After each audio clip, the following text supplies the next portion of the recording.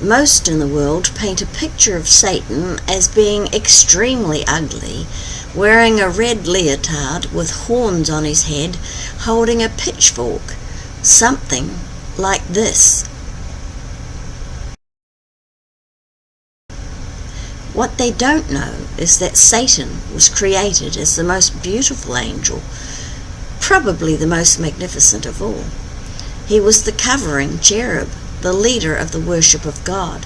He had built-in musical instruments.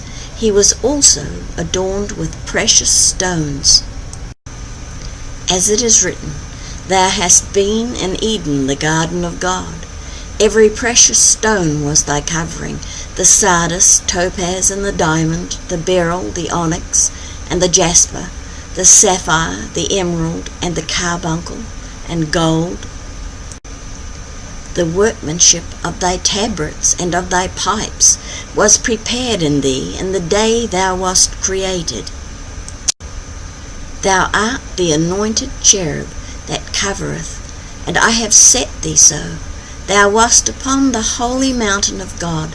Thou hast walked up and down in the midst of the stones of fire. Thou wast perfect in thy ways from the day that thou wast created, till iniquity was found in thee."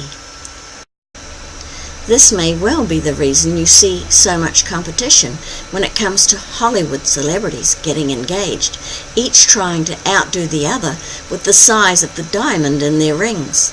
Perhaps it is also why Satan's children love to wear massive amounts of rings and jewelry.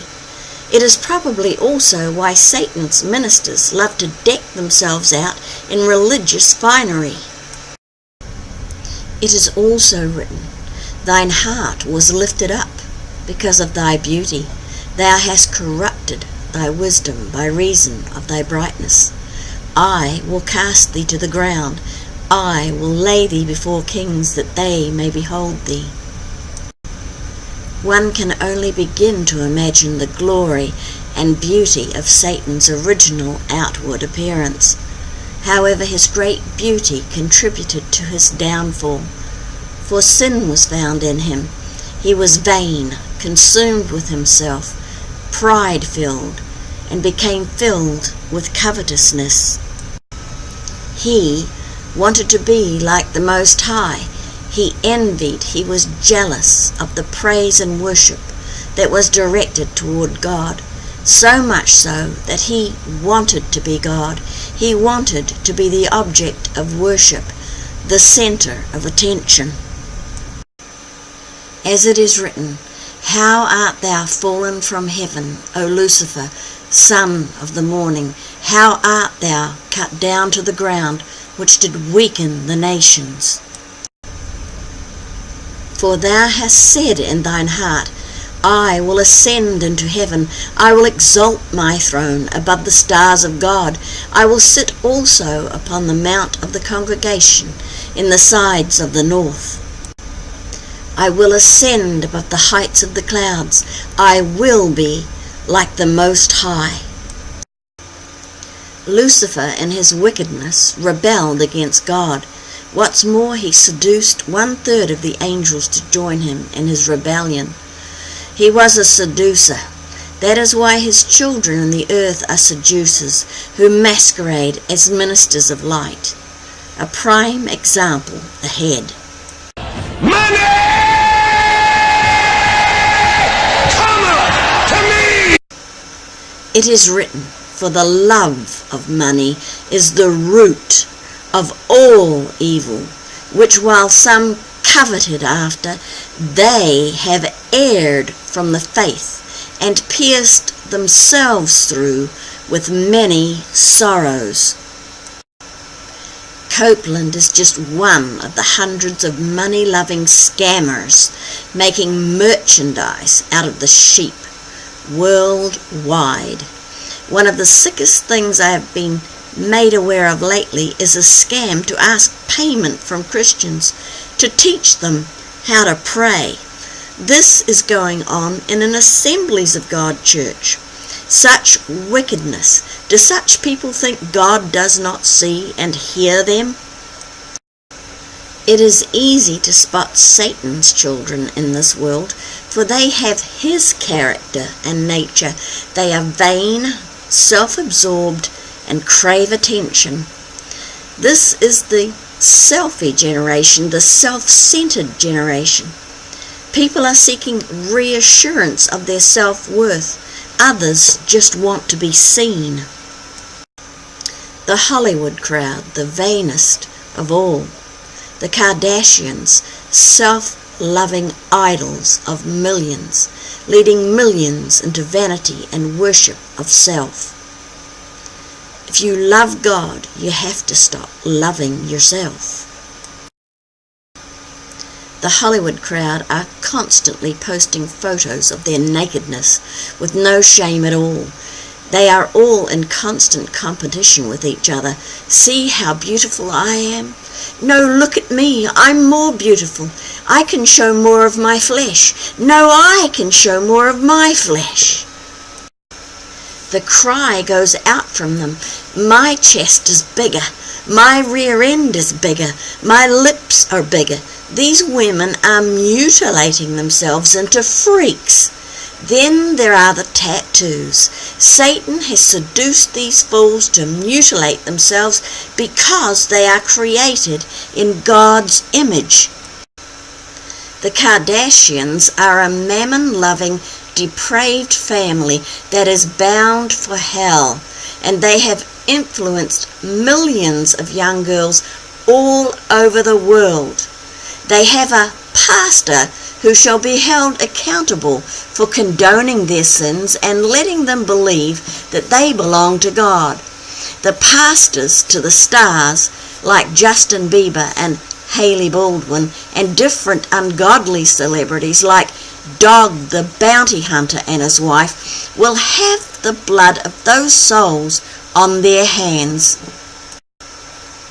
As it is written, when I say unto the wicked, thou shalt surely die, and thou givest him not warning, nor speakest to warn the wicked from his wicked way, to save his life, the same wicked man shall die in his iniquity, but his blood will I require at thine hand. These following men preach a comfortable, different gospel and a different Jesus to the celebrities, and they shall all give an account. So Brian Houston, Carl Lentz, Rich Wilkerson Jr., Tim Story, you, unless you repent of your evil, shall in the end be cast into the lake of fire, along with all vain, mammon-hungry deceivers. Brian Houston, the founder of Hillsong in Australia, that has branches in New York and California and other places, a church of brainwashing and psychology, a church that gets all up in people's business. Carl Lentz of Hillsong, indecently half naked to your right, and Justin Bieber. Carl Lentz, Justin Bieber, and Jesse Jackson.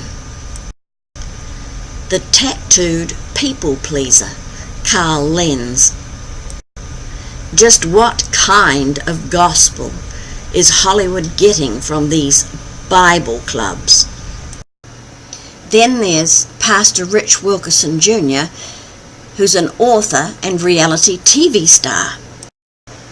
Seen here proudly promoting Kanye West's Yeezus tour. He and his wife with the godless Wests in a sultry pose, in the pretentious religious garments worn to officiate the Kardashian West wedding. Then there's Pastor Tim Story, author, speaker, life coach. Living his utmost sounds a little bit like Kenneth Copeland and Joel Osteen. He seems to be pretty good at doing the celebrity circuit himself. He is also Dog and Beth Chapman's pastor and officiated at their last wedding. And perhaps he's a life coach to Kanye West as well. I'm not sure on that one. He has also been a life coach to Tarek and Christina El Musso of the Flip or Flop television show, who have recently been divorced, so much for the life coaching. What massive missed opportunities to speak the whole truth of the gospel to these lost souls. If you are angry and I am angry, can you imagine how angry God is at such pastors? These types shall surely be told that God never knew them. Such pastors love the world, and the love of God is not in them. When Satan, in all his beauty, became filled with iniquity, he became ugly to behold. Sin will make the prettiest, most handsome person look ugly. Their sin comes out through their countenance. One can behold sins such as hatred, envy, malice, pride, jealousy, covetousness, greed, idolatry, boastfulness, all characteristics of Satan and the fruit of sinful flesh. Satan wants no reminders of God's image. That is why he seduces his children to mutilate themselves. That is why he devised abortion. That is why we are under judgment.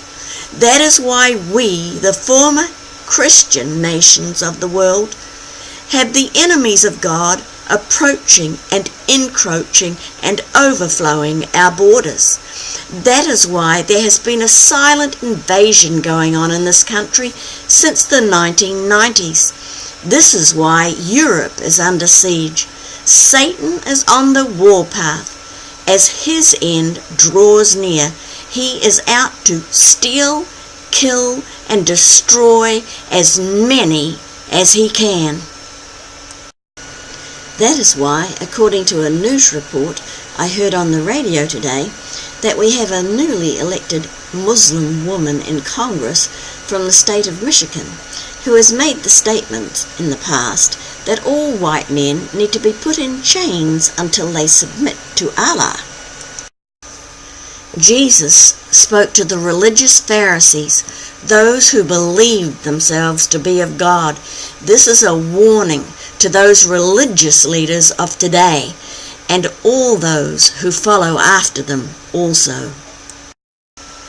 It is written, "Ye are of your father the devil, and the lusts of your father ye will do. He was a murderer from the beginning, and abode not in the truth, because there is no truth in him.